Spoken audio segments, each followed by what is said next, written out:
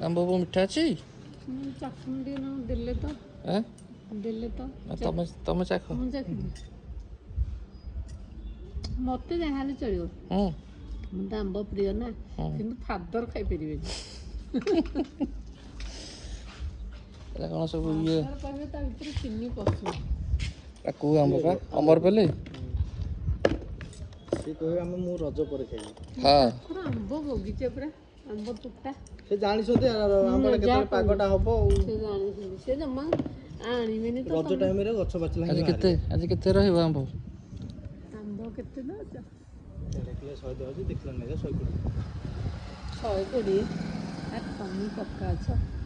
ଆରଥର ତ 1.5 କିଲୋ 100 ଦେଇଥିଲ। ତମେ କେତେ ଆମ୍ବ ଖାଇପାରିବ ଟିକେ କହିଲ? ମୁଁ କହିପାରିବିନି ଟ୍ରକ୍ ଗୋଟେ ଜଙ୍ଗଲ ସଫା କରିଦବ ତମେ। ତୁ ଜାଣିଛୁ ତ ଆଉ କହୁଛୁ କ'ଣ ଜଙ୍ଗଲରେ ଗଛ ପତ୍ର ବି ଖାଇ ଦେଇଥିଲି। ମୁଁ ବହୁତ ଆମ୍ବ ପ୍ରିୟ। କେତେ ଦେଖିଲେ?